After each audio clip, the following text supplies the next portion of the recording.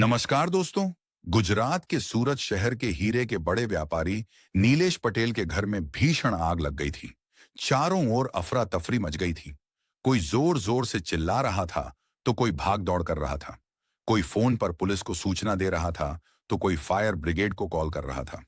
घर के बाहर नीलेश पटेल और उनकी पत्नी भावना पटेल घबराए हुए रोते हुए चिल्ला रहे थे, कोई हमारी बेटी को बचाओ, वह अंदर फंसी हुई है। दरअसल नीलेश पटेल की इकलौती जवान बेटी ईशा घर में आग के अंदर फंसी हुई थी। माता पिता का रो रो कर बुरा हाल था। तभी उनका नौकर धीरज शुक्ला उनके पास आता है और वह कहता है, साहब, आप चिंता मत कीजिए, मैं आपकी बेटी को जरूर बचा कर लाऊंगा। यह कहकर वह तेजी से चिल्लाते हुए कहता है, जल्दी से कोई कंबल लेकर आओ। एक पड़ोसी दौड़ता हुआ आता है और धीरज को कंबल लाकर दे देता है। धीरज तुरंत कंबल को पानी में भिगोता है और उसे ओढ़ लेता है। फिर बिना एक पल की देरी किए वो भयंकर आग की लपटों के बीच घर के अंदर घुस जाता है। करीब 10 मिनट बाद धीरज बाहर आता है। उसके हाथों में ईशा थी जो बेहोश थी। धुएं की वजह से वह बेहोश हो गई थी।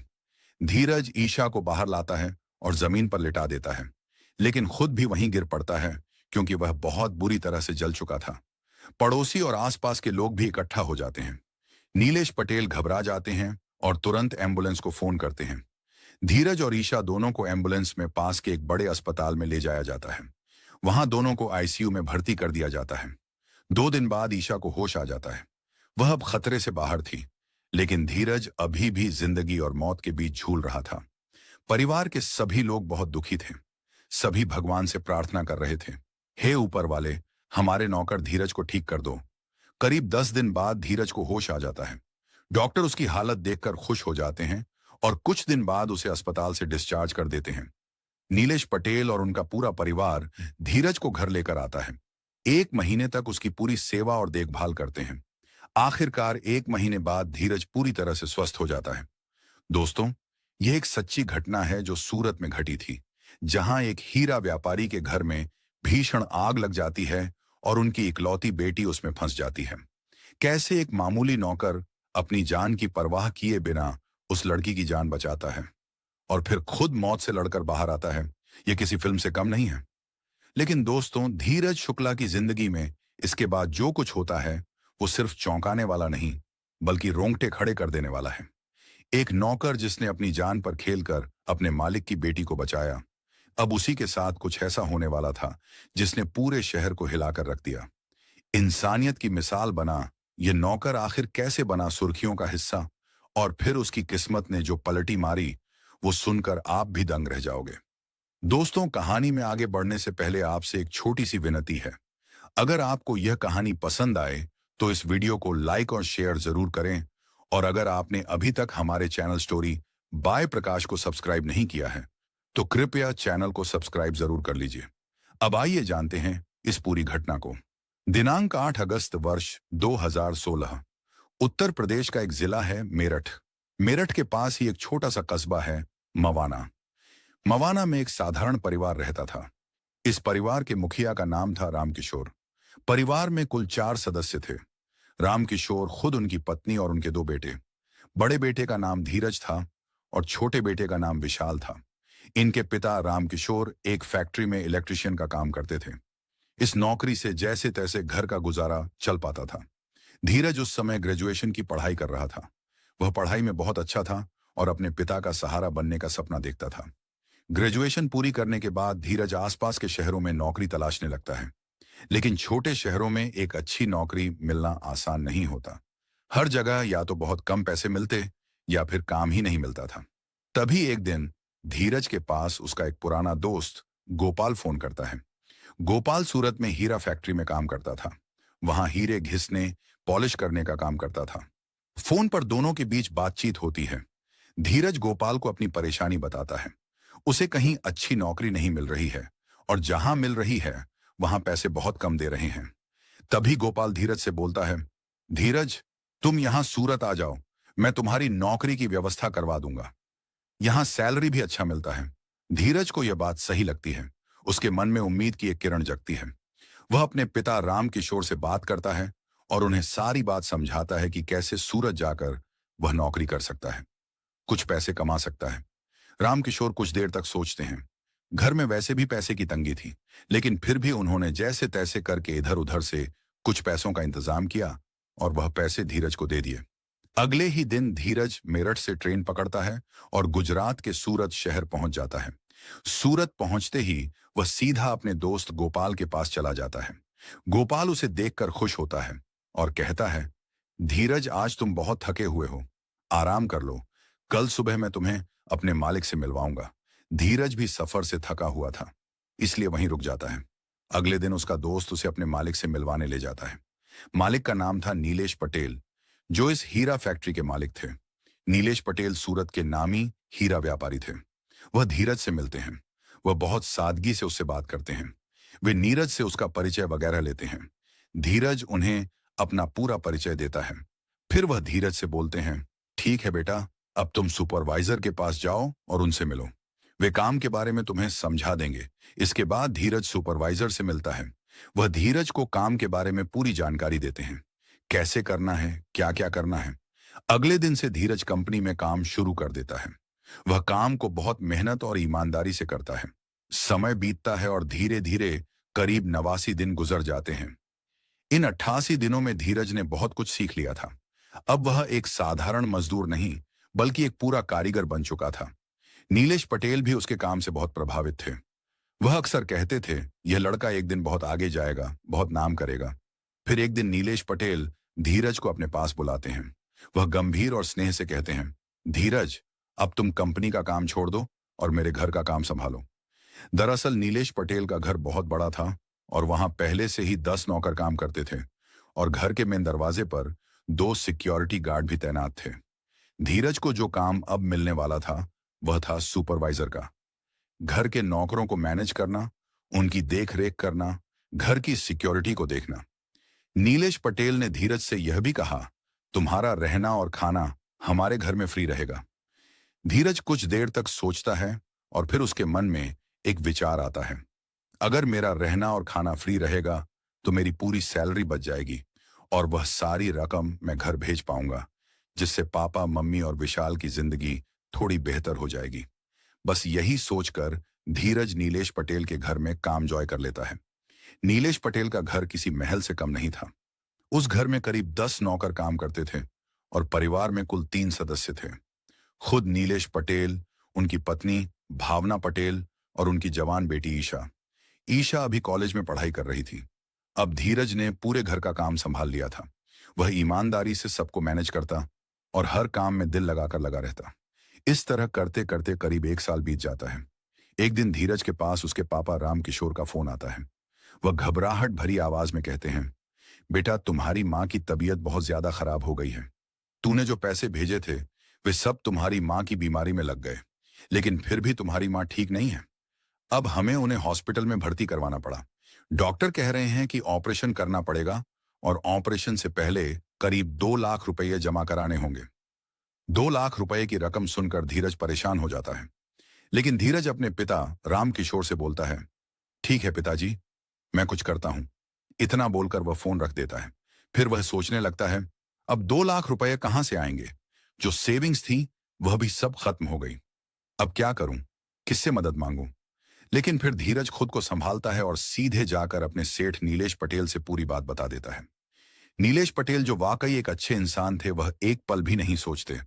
वह तुरंत अपने मैनेजर को बुलाते हैं और उससे कहते हैं, मैनेजर, धीरज को अभी के अभी 2 लाख रुपए दे दो। जब धीरज के हाथों में वह पैसे आते हैं, उसके आंसू रुक नहीं पाते। वह भावुक होकर रोने लगता है और कहता है, सेठ जी, मैं यह आपका एहसान पूरी जिंदगी नहीं भूलूंगा। अब आपके इन पैसों से मेरी मां की जिंदगी बच जाएगी। नीलेश पटेल उसे कंधे से पकड़कर उठाते हैं और मुस्कुराते हुए कहते हैं, कोई बात नहीं बेटा, तुम तो मेरे बेटे जैसे हो। अगर और जरूरत हो तो बेहिचक बताना। उसी शाम धीरज बिना देर किए ट्रेन पकड़ता है और सीधे मेरठ के लिए रवाना हो जाता है।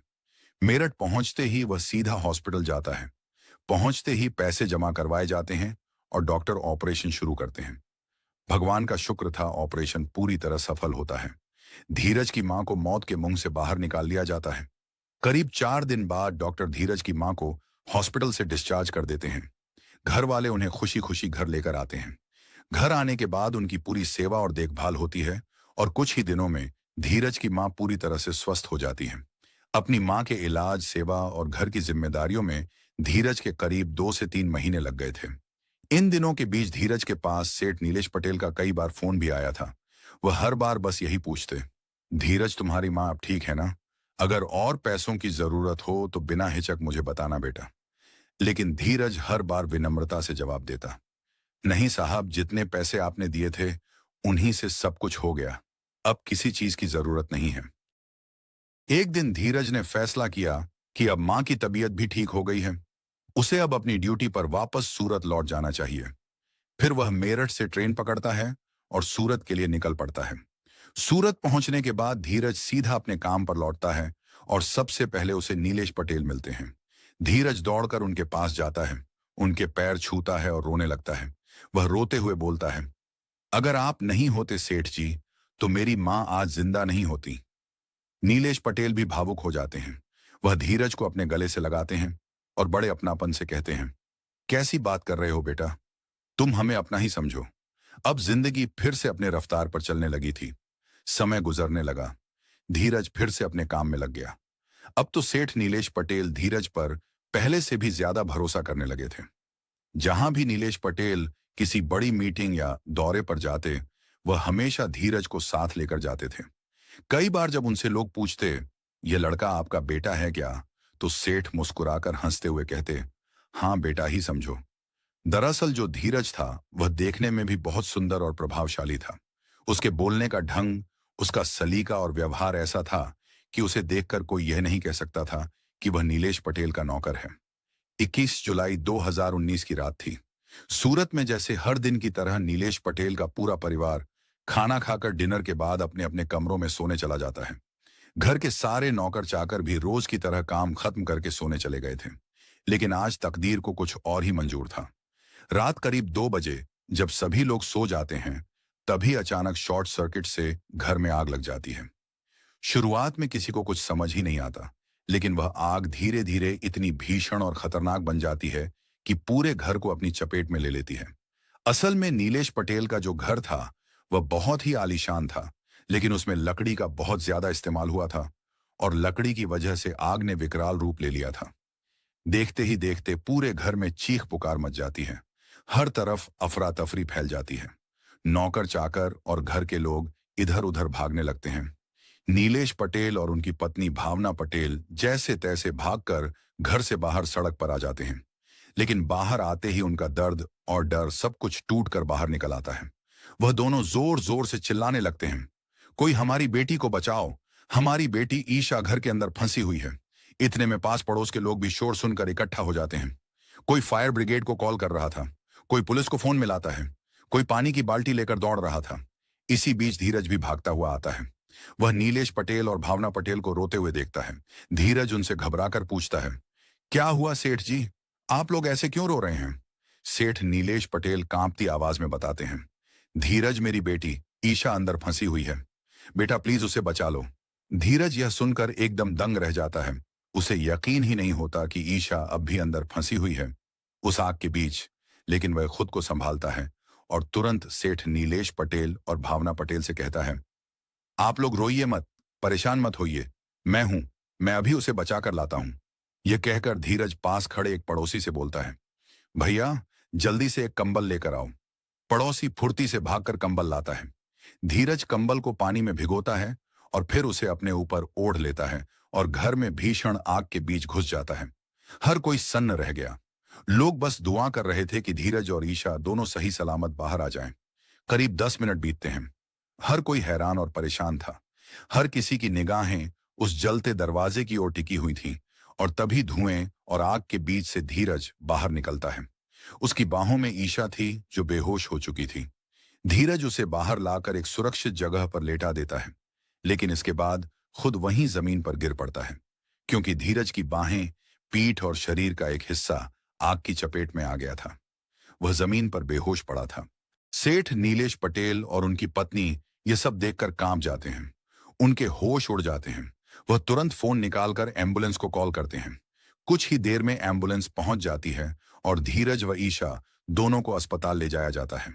उन्हें अस्पताल में पहुंचते ही आईसीयू में भर्ती करवा दिया जाता है। करीब 2 दिन बाद ईशा को होश आ जाता है।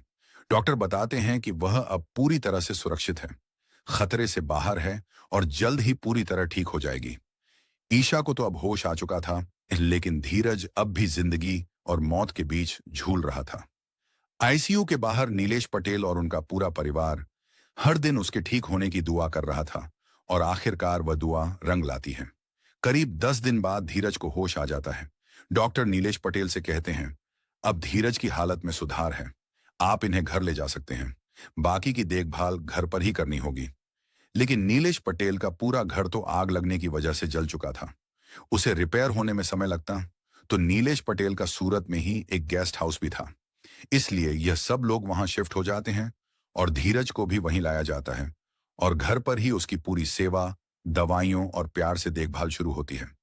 पूरा परिवार, खासकर ईशा, हर दिन धीरज की हालत के बारे में पूछती। भावना पटेल खुद उसके खाने का ध्यान रखती। करीब 1 महीने की देखभाल के बाद धीरज पूरी तरह से स्वस्थ हो जाता है। अब वह पहले जैसा ही मजबूत और मुस्कुराता हुआ नजर आने लगता है। और फिर एक दिन नीलेश पटेल अपने हाथ जोड़कर धीरज के सामने खड़े हो जाते हैं। वह भावुक होकर कहते हैं, बेटा, अगर तुम नहीं होते तो मेरी बेटी ईशा आज जिंदा नहीं होती। धीरज की आंखें भर आती हैं, उसकी आवाज भी कांपती है। वह धीरे से कहता है, सेठ जी, आप मुझे बेटा भी बुलाते हो और फिर यह भी कहते हो कि अगर मैं नहीं होता तो आपकी बेटी नहीं बचती। जब बेटा ही कहाँ है तो इतना फर्ज तो बेटे का बनता ही है ना। यह कहकर धीरज की आंखों से आंसू बहने लगते हैं और सामने खड़े नीलेश पटेल की आंखें भी भर आती हैं। दोनों के बीच अब कोई रिश्ता समझाने की जरूरत नहीं थी। धीरज अब सिर्फ एक नौकर नहीं रहा था, वह इस परिवार का हिस्सा बन चुका था। जिस दिन ईशा को यह पता चला कि उसकी जान धीरज ने बचाई है, उसी दिन से उसके मन में धीरज के लिए एक खास जगह बन गई थी। धीरे धीरे ईशा का आकर्षण धीरज की तरफ बढ़ने लगा था। ईशा अक्सर धीरज के कमरे में चली जाया करती थी। वह वहां घंटों बैठती, बातें करती, हंसती, मुस्कुराती। धीरज भी उससे बात करता था, लेकिन बहुत सादगी और मर्यादा के साथ। वह जानता था कि ईशा उसके मालिक की बेटी है, इसलिए हर बार वह खुद को सीमाओं में रखता था। पर दिल की बात कब दिल में रह पाती है। ईशा धीरे धीरे धीरज को दिल से चाहने लगी थी। उसका हर जज्बात अब धीरज की तरफ मुड़ने लगा था। अब ईशा के ग्रेजुएशन के एग्जाम्स भी शुरू हो चुके थे। अब तो वह हर पेपर में धीरज को अपने साथ लेकर जाती थी। एग्जाम खत्म होते ही दोनों सड़क किनारे किसी टपरी पर चाय पीते, कभी कॉफी पीते। दोनों खूब हंसी झांक करते थे। अब उनके बीच एक खूबसूरत दोस्ती होने लगी थी। एक दिन दोनों कॉफी शॉप में बैठे थे। ईशा ने धीरज से यूं ही मुस्कुराते हुए पूछा, धीरज, तुम्हारा बर्थडे कब आता है? धीरज थोड़ा मुस्कुराया और बोला, मेरा बर्थडे तो बस 4 दिन बाद ही है, लेकिन मैंने कभी मनाया नहीं। फिर हंसते हुए आगे बोला, हम लोग गरीब लोग हैं, हम कहाँ बर्थडे बर्थडे मनाते हैं। ईशा ने उसकी बात को बीच में ही काटते हुए कहा, कोई बात नहीं धीरज, इस बार तुम्हारा बर्थडे बहुत धूमधाम से मनाएंगे, जैसे कभी किसी ने नहीं मनाया होगा। 4 दिन बीत गए थे। आज धीरज का जन्मदिन था। नीलेश पटेल के गेस्ट हाउस को खूब सजाया गया था। चारों तरफ रंग बिरंगी लाइट्स, फूलों की सजावट, खुशबू और रौनक थी। लेकिन इस सब की खबर धीरज को बिल्कुल भी नहीं थी। उसे नहीं पता था कि यह पूरी सजावट, यह पूरा माहौल उसके लिए है। वह तो अपने कमरे में चुपचाप बैठकर अपना रोज का काम कर रहा था। शाम ढलने लगती है और तभी ईशा उसके कमरे में आती है। हाथ में एक गुलाब का फूल होता है। वह मुस्कुराकर धीरज के सामने खड़ी होती है और कहती है, हैप्पी बर्थडे धीरज।